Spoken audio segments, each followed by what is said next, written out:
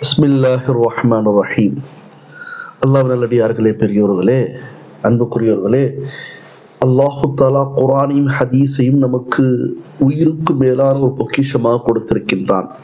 அப்படிப்பட்ட இரு விஷயங்களையும் நாம் புறமுதுகிட்டு வாழ்ந்து கொண்டிருக்கின்றோம் என்பதுதான் உண்மையான நிதர்சனமான உண்மையாக இருக்கிறது. அல்லாஹு தஆலா குர்ஆனை பற்றி சொல்லும் பொழுது சொல்வான், யஅது பிஅஷ்ரி சுவரின், உங்களால் முடிந்த 10 சூரா கொண்டு வாங்கன்னு சொல்லுவான். இது கியாமத் வரைக்கும் சேலஞ்ச். இது வரைக்கும் யாரும் கொண்டு வர முடியல. அல்லாஹ் இன்னொரு இடத்துல சொல்வா, யஅது பிசூரத்தின் மிஸ்லிஹி, குர்ஆனை போன்று ஒரு சூறாவாவது கொண்டு வாங்கன்னு சொல்வான். அதையும் யாராலையும் கொண்டு வர முடியல. இன்னொரு இடத்தில் குர்ஆன்லயே சொல்வா அல்லாஹ், குல் லைன் இஜ்தமஅத்தில் இன்சு வல் ஜின்னு அலா அன் யஅது பிமிஸ்லிஹி, குல் லைன் இஜ்தமஅத்தில் இன்சு வல் ஜின்னு அலா அன் யஅது. அதாவது என்ன சொல்வானா, நீங்களும் ஜின் கூட்டத்தார்களும் ஒன்று சேர்ந்து கொண்டு குர்ஆனுடைய ஆயத்துக்களை, வசனங்களை, சூறாக்களை கொண்டு வாங்க பார்க்கலாம். எல்லா அறிவாளிகளும் ஒன்று சேர்ந்து கொள்ளுங்கள், விஞ்ஞானிகள் எல்லாம் ஒன்று சேர்ந்து கொள்ளுங்கள், அறிஞர் பெருமக்கள் எல்லாம் ஒன்று சேர்ந்து கொள்ளுங்கள், கவியில் திறம் சார்ந்த நபர்கள், கவிதையுடைய மேதைகள், அப்படியெல்லாம் நபர்களை ஒன்று சேர்த்து கொண்டு முடிந்தால் குர்ஆனுடைய வசனங்களை உருவாக்குங்கள் என்பதாக குர்ஆன் திரும்ப திரும்ப சொல்லிக் கொண்டிருக்கிறது. இன்ஷா அல்லாஹ் கியாமத் வரைக்கும் இது ஓபன் சேலஞ்சா இருக்குது. இது வரைக்கும் யாரும் கொண்டு வர முடியவில்லை, கியாமத் வரைக்கும் யாரும் கொண்டு வர முடியாது. காரணம், இது ரப்புடைய கலாம், இது அல்லாஹுடைய திருவேதம் என்பதை நாம் விளங்கிக் கொள்ள வேண்டும். அப்படிப்பட்ட திருவேதத்தை நாம் எப்படி வைத்திருக்கின்றோம் என்று சொன்னால், பார்த்து ஓதுகின்றோம், தஜ்வீதாக ஓதுகின்றோம், கிராத்தை கற்றுக்கொள்கின்றோம், அதற்கு மேலே மரணம் செய்கின்றோம். அதனுடைய ஆய்வு, அதனுடைய பொருள், அதனுடைய விளக்கம், அதனுடைய தஃப்சீர், அதனுடைய தௌஸீ, அதனுடைய உள்ளடக்கம், அல்லாஹ் என்ன உயிரோட்டத்தோடு அதை சொல்லி இருக்கின்றான், எதையுமே 99.99% முஸ்லிம்கள் பார்க்கவில்லை என்று சொன்னால் மிகை அல்ல. இது கசப்பான உண்மை. இன்று பள்ளிவாசல்களிலேயே குர்ஆனுடைய தர்ஜுமாக்கள், விளக்கங்கள் எதுவுமே இல்லை என்பதுதான் உண்மையான விஷயம். எனவே நாம் அதற்கு முயல வேண்டும். ஏனென்றால் இல்மு கூட கூட அமல் கூடும், இல்மும் அமலும் கூட கூட ஈமான் கூடிக்கொண்டே இருக்கும். அல்லாஹு தஆலா சொல்வான், ஈமானுடைய அந்தஸ்துகள் இருக்கின்றன, உயர்வு தாழ்வு இருக்கின்றன. யா அய்யுஹல்லதீன ஆமனூ ஆமீனு, ஈமான் கொண்டவர்களே ஈமான் கொள்ளுங்கள், சாப்பிட்டவர்களே சாப்பிடுங்கள் சொன்னா பைத்தியம் சொல்வோம் நம்ம. ஆனா இங்க அல்லாஹ் அப்படிதான் சொல்றான், யா அய்யுஹல்லதீன ஆமனூ ஆமீனு, ஈமான் கொண்டவர்களே ஈமான் கொள்ளுங்கள் என்ற என்ன அர்த்தம்? ஈமான் கொண்டால் போதாது, அதை வளர்த்து கொண்டே இருங்கள். அது மார்க்க விஷயத்தை கற்க கற்க அமல் கூடும், ஈமான் வளரும். மார்க்க விஷயம் எங்க இருக்குது? குர்ஆன்ல இருக்குது, அதோட விளக்கம் ஹதீஸ்ல இருக்குது. எனவே அல்லாஹ் நல்லடியார்களே, பெரியவர்கள், இரண்டும் அரபி மொழியில இருக்குது. எனவே அரபி மொழி தெரிந்து கொண்டால்தான் குர்ஆனை விளங்க முடியும். எத்தனையோ இறைவேதங்கள் இருக்கின்றன, மக்கள் அதை மாற்றிவிட்டார்கள், கலந்து விட்டார்கள், இல்லாத விஷயங்களை புகுத்தி விட்டார்கள். அந்த மொழிகள் கூட காலாவதி ஆகிவிட்டன, முடிந்து விட்டன. தௌராத்துடைய மொழி இல்லை, பொதுவாக இன்ஜீலுடைய மொழி இல்லை, ஜபூருடைய மொழி பொதுவாக இல்லை. ஆனால் குர்ஆனுடைய மொழி அரபி இன்னும் இருக்கிறது. இன்ஷா அல்லாஹ் இருக்கும், குர்ஆன் இருக்கும் வரை இருக்கும். எனவே அல்லாஹ் நல்லடியார்களே, பெரியோர்களே, குர்ஆனை அகற்றுவதற்காக அல்லது குர்ஆனை போன்று இன்னொரு சூறாக்களையோ ஆயத்துக்களையோ உருவாக்குவதற்காக எத்தனையோ பேர் முயற்சி செய்தார்கள். எல்லோருமே தோல்வி அடைந்தார்கள்.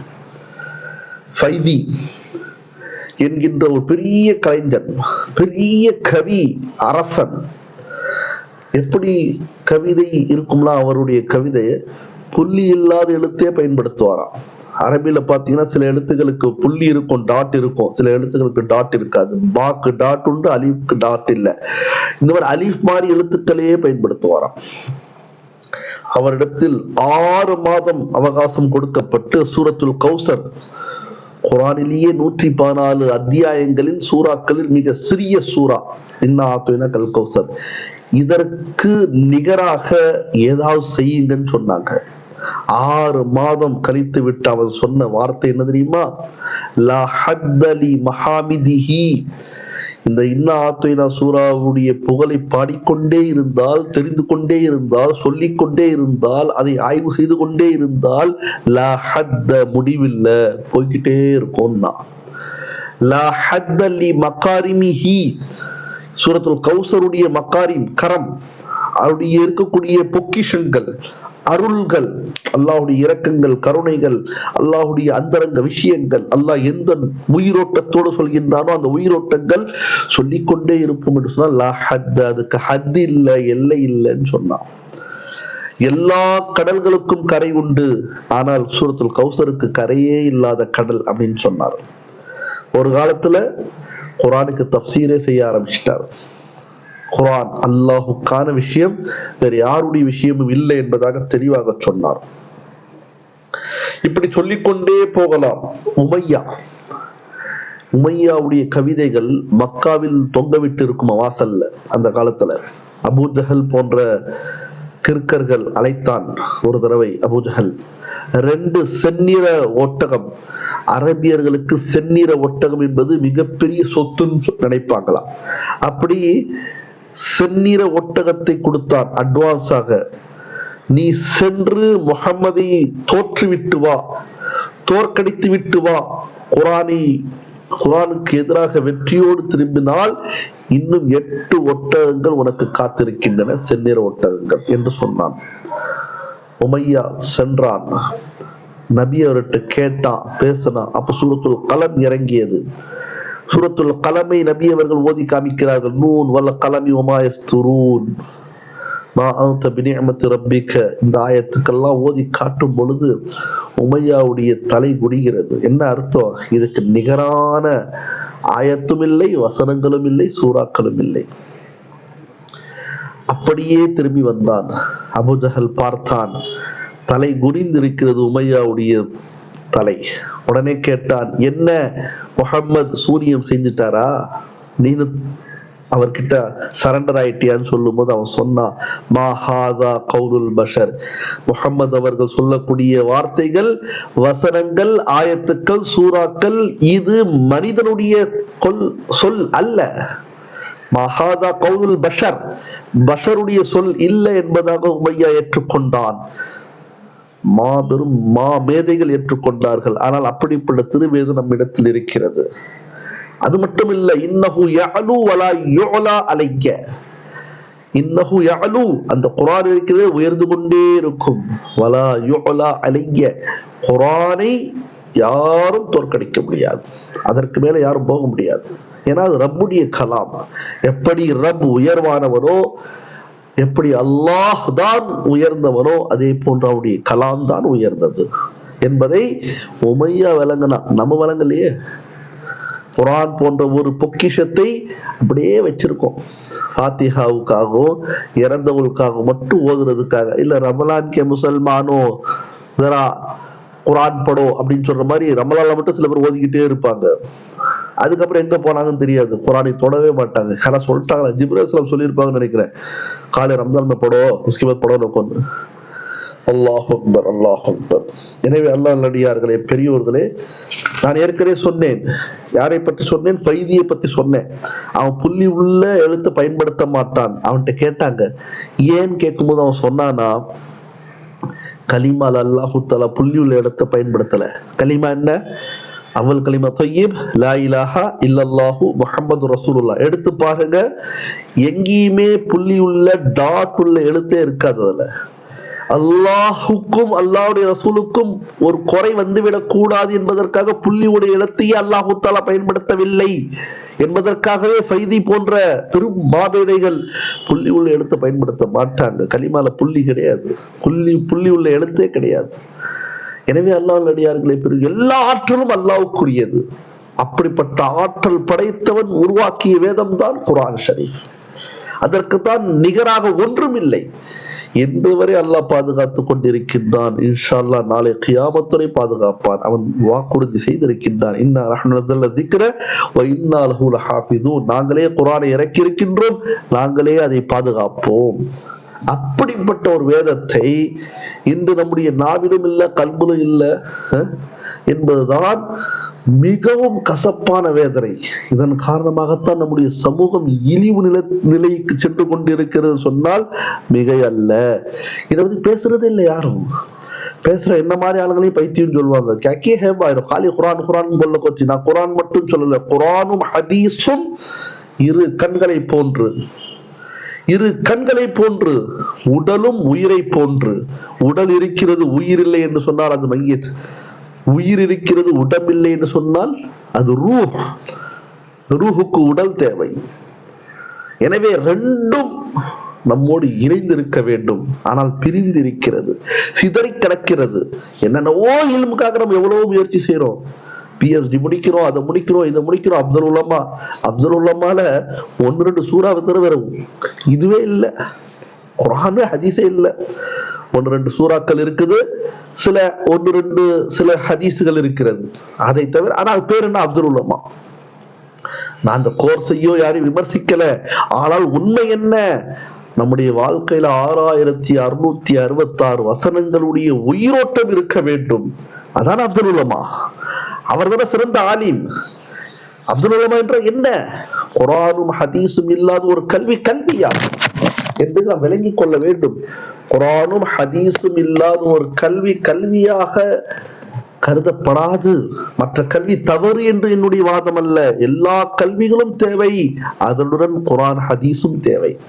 குர்ஆன் ஹதீஸ் இல்லாத ஒரு கல்வி அல்ல என்பதுதான் அல்லாஹ்வுடைய ரசூலுடைய முடிவு. நீங்க என்ன வேணா டாக்டர் ஆகுங்க, இன்ஜினியர் ஆகுங்க, என்ன வேணா ஆகுங்க, ஆனா குர்ஆன் ஹதீஸுடன் ஆகுங்க. இதை எடுத்து விட்டால் எந்த லாபமும் கிடையாது. செந்திலுக்கும் கரீமுல்லாவுக்கும் எந்த வித்தியாசம் கிடையாது குர்ஆன் ஹதீஸ் இல்லைன்னா நம்முடைய வாழ்க்கையில. எனவே அல்லாஹ்வின் அடியார்களே, பெரியோர்களே, இப்படி நிறைய பேர் வந்து, அது மட்டும் இல்ல, உமையா சொன்னா இன்னலஹு லஹலாவா. குர்ஆன் எப்படி இருக்குதுன்னு சொன்னா எந்த பக்கம் பார்த்தாலும் சுவையாக இருக்கிறது. ஓதுவதும் சுவை, கேட்பதும் சுவை, விளங்குவதும் சுவை, அர்த்தங்களும் சுவை, விளக்கங்களும் சுவை. சுவையே சுவைதான், சொர்க்கமே சொர்க்கம்தான் என்பதாக அவன் கடைசியில் தன்னுடைய வாதத்தையே முடித்துக் கொண்டான். குர்ஆனோடு போட்டியிட முடியாது என்று ஏற்றுக்கொண்டான். அதே மாதிரி முசைலமா ஒருத்தர் இருந்தான். அவன் என்ன பண்ணா, திடீர்னு நானும் அல்லாஹ்வுடைய ரசூல்ன்ட்டான். நேரா ரசூல்ட்டே வந்துட்டான். வந்துட்டு சொன்னானா, முஹம்மத், நீங்க கிராமவாசிகளுக்கு ரசூலு, நான் நகரவாசிக்கு ரசூலுன்னா. சிட்டி மக்களுக்கு நான் ரசூலா இருந்துக்கிறேன், நீ கிராமத்து மக்களுக்கு ரசூலா இருந்துங்கன்ட்டான். பக்கத்துல இருந்தாங்க அப்துல்லா இப்னு மஸ்ஊத் ரலியல்லாஹு தஆலா அன்ஹு. கேட்டாங்க, நீ ரசூலுன்னு சொல்றியே, நபின்னு சொல்றியே, ஆதாரம் என்ன என்று கேட்கும் பொழுது அவன் சொன்னானா, நேத்து ஜிப்ரீல் ஸலாம் வந்தாங்க. நேத்து ஜிப்ரீல் வந்தாரா? என்ன சொன்னாரு? யா வப்ருன் லக உதுனானி வசதுருன், அப்புறம் சாஹிருக நக்ருன் வ நஃப்ருன் அப்படின்னானா. என்னடா சொல்ற அப்படின்னு கேட்கும் பொழுது, ஜிப்ரீல் ஸலாம் வந்தாங்களாம் முசைலமா கிட்ட, இந்த வஹியை இறக்குனாங்களாம். இதை நான் ஓதுனன்னு வச்சிங்களேன், தொழுகையில எல்லாரும் நல்ல ஆயத்தா ஓதிருக்காருப்பா இன்னைக்கு நீங்க நினைப்பீங்க. ஏன்னா அந்த நிலைமைக்கு தானே குர்ஆனையும் ஹதீஸையும் அரபியுமா வைத்து இருக்கின்றோம்.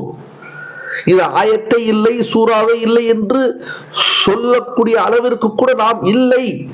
பொதுமக்களே சொல்றேன்னா, உலமாக்களை சொல்லல. ஒருவேளை துவால ஓதுனா, क्या दुआ करे बा, बहुत बेहतरीन दुआ. இது என்ன தெரியுமா? யா வப்ருன் ஏ முயலே. வப்ருன்னா முயல், ஏ முயலே. ஜிப்ரீல் ஸலாம் சொன்னாங்களா, ஏ முயலே. அப்புறம் லக, உனக்கு, உசுனானி, 2 காதுகள் இருக்கின்றன, வசத்ருன், ஒரு நெஞ்சு இருக்கிறது. யாருக்கு தெரியாது? முயலுக்கு 2 காதும் நெஞ்சு இருக்கிறது யாருக்கு தெரியாது? ஜிப்ரீல் ஸலாம் சொல்லணுமா? அவன் சொன்ன விஷயம் பாருங்க, சாஹிருக்க, நீ போகக்கூடிய இடமெல்லாம் வெறும் பள்ளத்தாக்கா இருக்குதுன்னு சொன்னானா. இது ஜிப்ரீல் அலைஹிஸ்ஸலாம் சொல்லுமா, முயல் போற இடம் எல்லாம் பள்ளத்தாக்குல தான் இருக்கும், பாறைக்கு மத்தியிலையும் பள்ளத்தாக்குலயும் இருக்கும் அது. அப்போ இத கேட்டவுடன் ஹஜ்ரத் அப்துல்லா இப்னு மஸ்ஊத் ரலியல்லாஹு தஆலா அன்ஹு சொன்னாங்களா, அந்த கذاب, நீ ஒரு பொய்யன். அன்னைக்குல இருந்து இன்னைக்கு வரைக்கும் முசைலமா பேர் சொன்னாலே முசைலமத்துல் கذابனு வரும். கூகுள் அடிச்சு பாருங்க, முசைலமாலாம் வராது, முசைலமத்துல் கذابனு சொன்னாதான், பொய்யன் முசைலமான்னு சொன்னாதான் வரும். இந்த மாதிரி நிறைய பேர் குர்ஆனோடு போட்டி போட்டார்கள், நபியோடு இட்டு கட்டினார்கள், முரண்பட்டார்கள், தோற்று போனார்கள், அறிந்தார்கள். அப்படிப்பட்ட திருவேதம் நம்மிடத்தில் இருக்கிறது பெரியோர்களே, சோதரரே. அந்த திருவேதத்தை நாம் பொக்கிஷமாக எடுத்துக்கொள்ள வேண்டும். அதற்காக கொஞ்சம் நஹ்வு ஸர்ஃப தெரிஞ்சுட்டு நாம் படிக்க ஆரம்பிச்சோம்னு சொன்னா நாம் தெரியாத விஷயங்கள் எல்லாம் தெரிந்து கொள்ளலாம். அது மட்டுமல்ல, குர்ஆனை படிக்க படிக்க நமக்கு எப்படிப்பட்ட ஒரு தைரியமும் ஈமானும் வரும் என்று சொன்னால், சஹாபாக்களை போன்று முன்னாடி என்ன இருந்தாலும் சரி, நான் ஷஹீதாக போறேன், ஷஹாதத்துக்கு மேல என்ன இருக்குது, உயிரே அல்லாஹ்வுக்காக விட தயாராயிட்டேன், வேற என்ன வேணும்? எந்த நபர் அல்லாஹ்வுக்காகவும் ரசூலுக்காகவும் உயிர் விடக்கூடிய நிலைமைக்கு மாறுவாரோ அவன்தான் உண்மையான முஸ்லிம், உண்மையான முஃமின். அதுதான் சஹாபாக்கள் செய்து காமித்தார்கள். இன்றும் இப்படிப்பட்ட இறைநேசர்கள் இருக்கிறார்கள், செய்து கொண்டிருக்கிறார்கள்.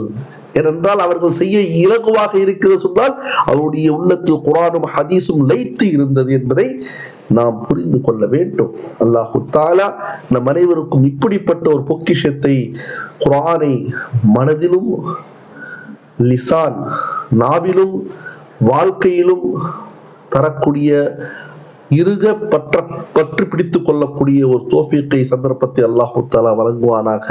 ஆமீன். வாஹிரு அல்ஹம்துலில்லாஹி ரப்பில் ஆலமீன். அஸ்ஸலாமு அலைக்கும் வரஹ்மத்துல்லாஹி வபரகாத்துஹு.